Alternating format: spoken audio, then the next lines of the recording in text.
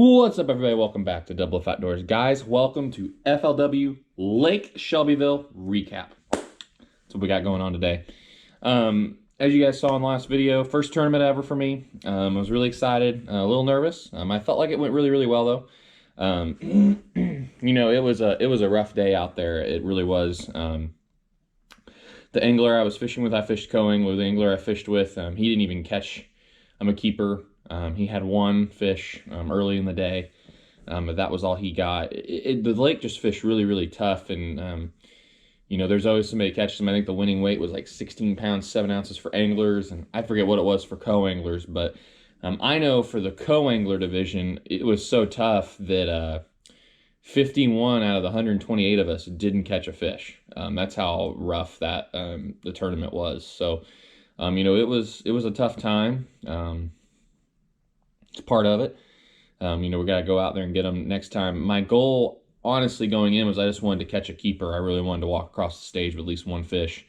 And even though I didn't get to do that, it really boosted my confidence to see a keeper. My angler, the one that got off, my angler even thought was a keeper. So, you know, it felt good to have a keeper on, to know that that's how close I was. So that was a real boost in confidence for me. You know, and just sometimes it just goes that way. You can always look back and think what you could have done differently. I'm not really sure there was anything I could have done differently.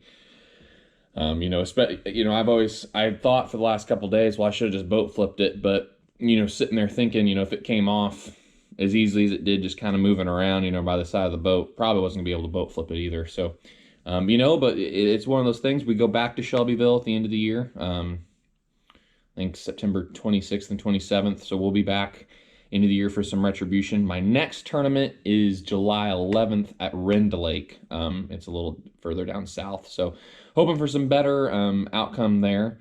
And just see what happens. Kind of a recap of what I did. I'm sure you guys saw in a lot of videos. I threw a chatterbait most of the day, honestly. I flipped and pitched a little bit, but not a whole lot. I really kept that chatterbait in my hands. I used the chartreuse and white, and then the green pumpkin shad. And I'm actually out of the green pumpkin shad. I need to order some more, but that's what I caught both fish on, was the green pumpkin shad color, with a white strike queen rage menace grub tail and white.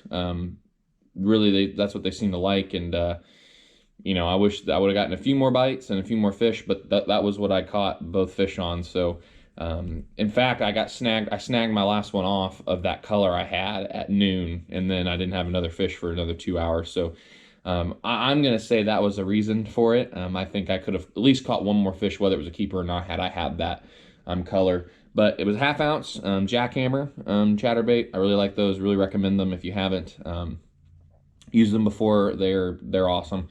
And then I threw it on this bad boy right here. This is an Enigma Atomic 29 cranking series rod. It's a 7.5 for crankbaits and chatterbaits, medium heavy. I actually was thinking I would have more success on my chartreuse one, which is on a 7-foot rod, but like I said, they had a same series. And then I've got the Enigma E-Cast EC150, the 7.3 to 1 reel, which is a little faster than my other one. So that was something too. I noticed I was getting obviously success on that color. I think the speed was a little different. I need to really get another rod the same, and another reel the same gear ratio. But this is what I threw. I highly recommend this combo. It works wonders, and like I said, you can use crankbaits with it. I have thrown crankbaits with it and with this rod. It does a great with this reel. I mean, it does a great job. The reel does for the crankbaits too. So this was my weapon of choice, and like I said, I threw that probably 75% of the day. I went in just first co-angler experience, wasn't sure what to expect, and I was like, I'm just going to cover as much water as possible, and that's what I tried to do. And you know, once again, it didn't work out. The lake changed a lot over the week before, from what I've heard from guys that were there practicing, that were there early. They were using high water ramps on, you know, at the beginning of the week, and we were at the normal water ramp by the end of it. And all those high water ramps you saw where I caught both those fish actually was near a high water ramp, and how much of it's out of the water already. So the lake has dropped so much just in the last, you know, those last few days before the tournament. So I think that was another thing that really kind of messed with the fish a little bit. I think the fish pulled out of some of the places these guys had been catching them. But like I said, there's always somebody that catches them, and a few guys did. But we just got to regroup.